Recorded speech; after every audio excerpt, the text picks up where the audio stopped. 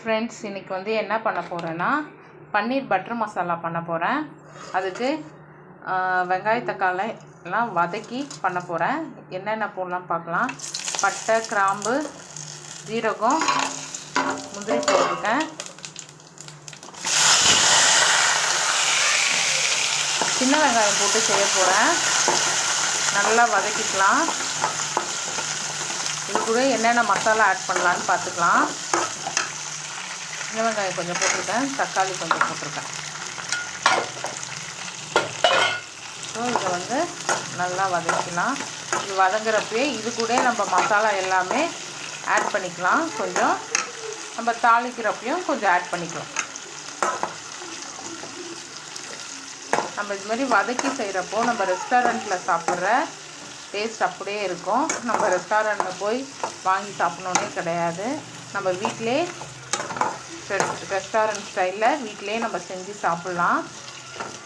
இதுக்கு நல்லா வதக்கி செய்கிறப்போ ரொம்ப டேஸ்ட்டாக இருக்கும் ஃப்ரெண்ட்ஸ். நான் ரொம்ப நாள் ஆச்சு வீடியோ போட்டு, எனக்கு டைமே இல்லை, கொஞ்சம் வேலை ஒர்க்குனால என்னால் பண்ண முடியல. ஸோ அதனால தான். இப்போது இது வதங்குறப்பே உப்பு போட்டுக்கலாம். கொஞ்சம் உப்பு போட்டுக்கலாம். பச்சை மிளகா நான் இதிலே கொஞ்சம் காரத்துக்கு போட்டிருக்கேன். ஏன்னா நம்ம காஷ்மீரி மிளகாத்தூள் தான் ஆட் பண்ண போகிறோம். ஸோ அது வந்து காரம் இருக்காது. ஸோ இது நல்லா வதங்கின பிறகு பார்ப்போம். இதில் மஞ்சள் பொடி, இஞ்சி பூண்டு பேஸ்ட் ஆட் பண்ணியிருக்கேன்.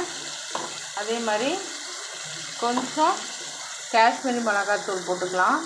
அதுக்கப்புறம் தாளிக்கிறப்போ நம்ம கொஞ்சம் போட்டுக்கலாம்.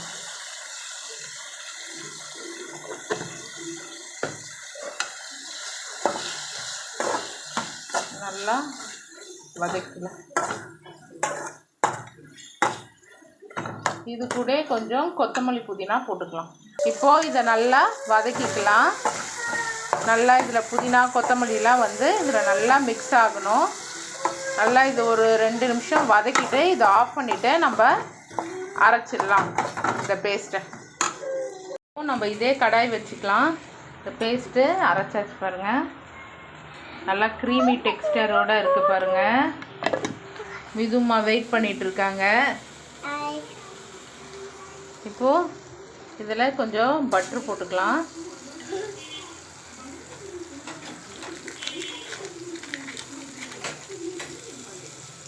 அப்புறம் கொஞ்சம் ஆயிலும் போட்டுக்கலாம்.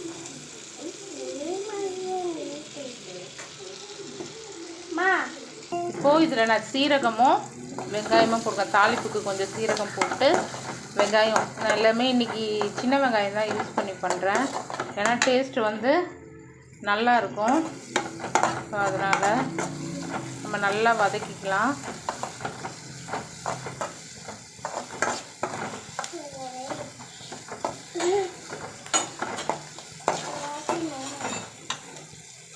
இப்போ வெங்காயம் நல்லா வதங்கிட்டோம். வெங்காயம் கொஞ்சோண்டு, ஏன்னா நம்ம ஆல்ரெடி மசாலாவில் உப்பு போட்டிருக்கோம். இந்த வெங்காயத்துக்கு தேவையானது உப்பு மட்டும் போட்டுக்கலாம்.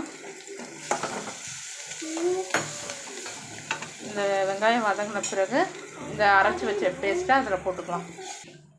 இதில் சில்லி பவுட்ரு, கரம் மசாலா, கொஞ்சம் காஷ்மீரி மிளகாத்தூள் போட்டிருக்கேன்.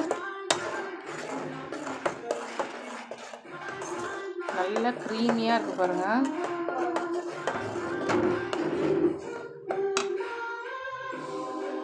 இப்போது நம்ம மிக்ஸி கழுவி இந்த தண்ணி கொஞ்சம் சேர்த்துக்கலாம்.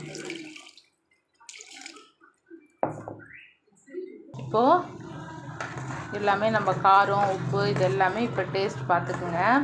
நான் கொஞ்சம் சுகர் ஆட் பண்ணியிருக்கேன். ஏன்னா நம்ம ஹோட்டல் ஸ்டைலில் செய்யறதுனால அந்த ஸ்வீட்னஸ், இனிப்பு, காரம் இது எல்லாமே இதில் இருக்கும் பாருங்கள். இன்னும் ஒரு 2 நிமிஷம் இது கொதித்த பிறகு நம்ம பன்னீரை வந்து நான் கொஞ்சம் ஃப்ரை பண்ணி வச்சுருக்கேன் பன்னீரை. ஸோ இதை வந்து அப்படியே நம்ம ஆட் பண்ணிக்கலாம். இப்போ அந்த மசாலாவோட அந்த பன்னீர் வந்து இதுவாக இருக்கும். இப்போது நம்ம பன்னீர் வந்து ஆட் பண்ணிக்கலாம். அடுப்பை வந்து சிம் பண்ணிவிட்டு நம்ம பன்னீரை இதில் ஆட் பண்ணிக்கலாம். இப்போது பன்னீர் ஆட் பண்ணியாச்சு.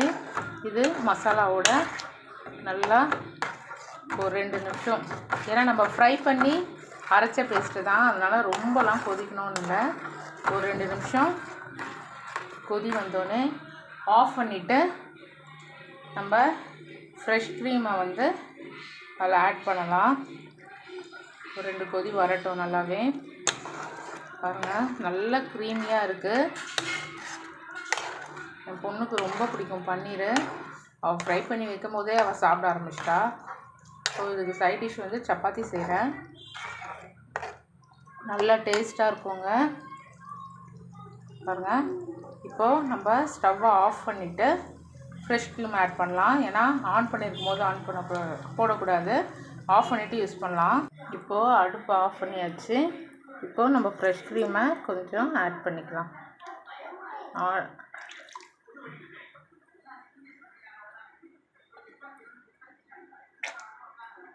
ஆட் பண்ணிவிட்டு ஃபைனலாக நம்ம கொத்தமல்லியை போடலாம். பாருங்கள், நல்லா க்ரீமி டெக்ஸ்டரில் இருக்குது. பன்னீர் நான் ரொம்ப கெட்டியாக வைக்கலைங்க, சப்பாத்தி வச்சு சாப்பிட்ற மாதிரி. ரொம்ப கெட்டியாக இருந்தால் சாப்பிட முடியாது. நமக்கு ஆற இந்த க்ரீமி டெக்ஸ்டர் வந்துடும் பாருங்கள். ஏன்னா நான் மறுபடியும் வந்து சாப்பிட்றப்போ சூடு பண்ணுவேன். ஸோ அதனால் சப்பாத்தி கிரேவி எவ்வளோ திக்காக இருக்குது பாருங்கள். இப்போ பாப்பாவுக்கு கொடுக்கறதுக்கு வந்திருக்கேன். மிதுமா சாப்பிட்டு எப்படி இருக்குது சொல்லுங்கள். டேஸ்ட்டு பாரு. சுடுதா? எப்படி இருக்குது பாரு. நல்லா இருக்கா? லைக் பண்ணுங்க, ஷேர் பண்ணுங்க, நானும் பெல் ஐகான் தட்டி விட்டுங்க. பாய். நான் மண்டேல இருந்து நீங்களும் சொல்ல போறீங்களா? பாய். அடுத்த வீடியோல பார்க்கலாம். உங்களுக்கும் இந்த வீடியோ பிடிச்சிருந்தா லைக் பண்ணுங்க, ஷேர் பண்ணுங்க, நானும் பெல் ஐகான் தட்டி விட்டுங்க. Bye friends. மிதுவுக்கு இந்த சப்பாத்தி ரொம்ப பிடிச்சிருச்சு. மறக்காமல் நம்ம சேனலை சப்ஸ்கிரைப் பண்ணிக்கோங்க. மண்டேலேருந்து நம்ம லஞ்ச் பாக்ஸ் ரெசிபி ரெகுலராக நான் போடுவேன். பார்க்கலாம்.